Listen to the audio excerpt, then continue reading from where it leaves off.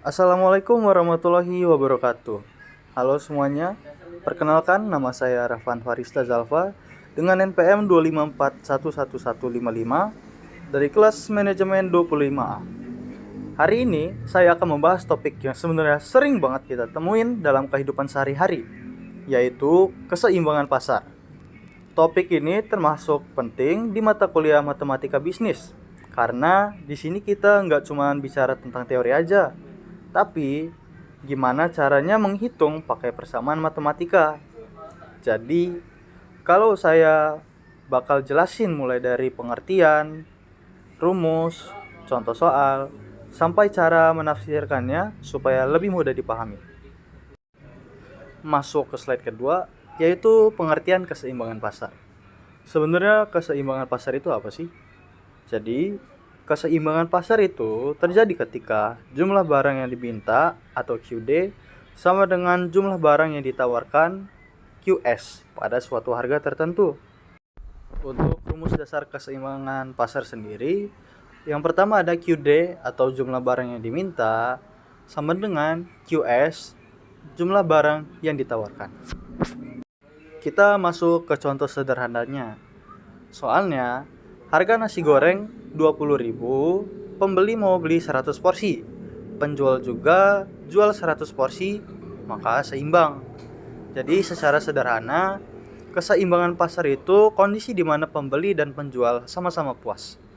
Misalnya, kamu punya warung nasi goreng, kalau kamu jual terlalu mahal, pembelinya bakalan kabur karena merasa kemahalan. Tapi kalau harganya terlalu murah, kamu yang justru rugi.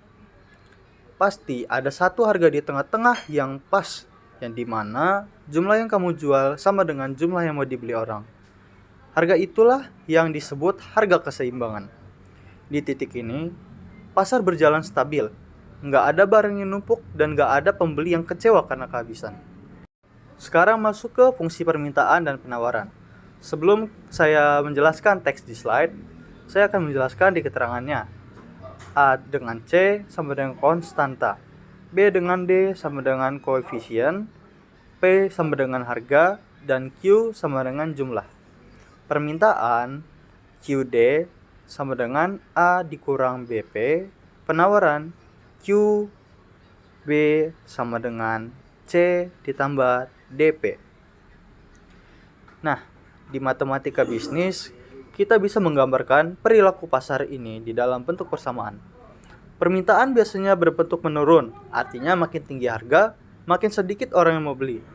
Karena itu rumusnya ada tanda minus di depan. Sebaliknya, penawaran berbentuk naik. Makin tinggi harga, penjual semakin menjual. Jadi, jumlah yang ditawarkan juga semakin meningkat. Dua garis ini kalau digambar di grafik, bakalan ketemu di satu titik, dan titik pertemuan itu adalah titik keseimbangan. Slide selanjutnya menentukan titik keseimbangan. Untuk mencari titik keseimbangan, kita samakan permintaan dan penawaran. QD sama dengan QS. Lalu kita cari nilai P, harga keseimbangan, dan Q, jumlah keseimbangan. Nah, bagian ini sebenarnya gampang banget. Kita tinggal menyamakan fungsi permintaan dan penawaran, karena titik keseimbangan itu artinya keduanya sama besar. Setelah itu, kita bisa cari nilai harga P-nya dan jumlah barang Q yang cocok. Jadi nggak perlu pakai rumus yang ribet, cuman aljabar biasa, kayak nyari nilai X di matematika bisnis. Sekarang kita masuk ke contoh soal. QD sama dengan 60 dikurang 2P. QS sama dengan minus 20 ditambah P4. Cari harga dan jumlah keseimbangan. Sekarang kita coba latihan biar lebih paham.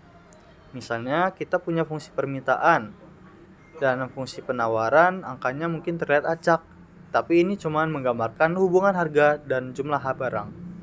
Kita mau tahu di harga berapa kedua fungsi ini sama besar, disitulah pasar seimbangnya.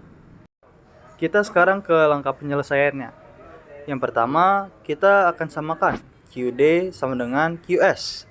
60 dikurang 2P sama dengan minus 20 ditambah 4. Lalu selesaikan yang kedua, yaitu 80 sama dengan 6P, P sama dengan 13,33. kita substitusikan ke QD sama dengan Q sama dengan 60 dikurang 2 dalam kurung 13,33 sama dengan 33,34. Hasilnya harga keseimbangan P sama dengan 13,33, jumlah keseimbangan Q sama dengan 33,34. Jadi jumlah barang yang terjual dan dibeli seimbang di angka 33 unit. Artinya kalau harga pasar di atas 13.000, penjual bakalan kelebihan stok. Tapi kalau di bawah itu, pembeli malah rebutan barang.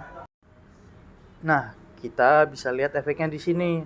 Kalau harganya lebih tinggi dari keseimbangan, stok barang bakal menumpuk karena pembeli nggak enggan membeli. Ini disebut surplus. Sebaliknya, kalau harga terlalu rendah, pembeli jadi banyak tapi barangnya sedikit. Terjadi kekurangan atau shortage. Karena dua kondisi ini nggak nyaman, akhirnya pasar akan menyesuaikan sendiri. Harga akan turun atau naik sampai balik lagi ke titik seimbang. Jadi teman-teman, dari penjelasan ini kita bisa simpulkan bahwa keseimbangan pasar adalah kondisi ideal antara pembeli dan penjual. Dengan bantuan matematika, kita bisa tahu dengan pasti di harga berapa pasar akan stabil. Konsep ini tuh penting banget, terutama buat pelaku bisnis dan juga pemerintah. Karena bisa membantu menentukan strategi harga yang efisien dan menghindari kerugian. Intinya, ekonomi dan matematika itu saling berhubungan. Yang satu menjelaskan perilaku manusia dan yang satunya menghitung secara logis. Mungkin itu saja materi yang bisa saya paparkan. Terima kasih sudah mendengarkan. Semoga penjelasan ini bermanfaat. Wassalamualaikum warahmatullahi wabarakatuh.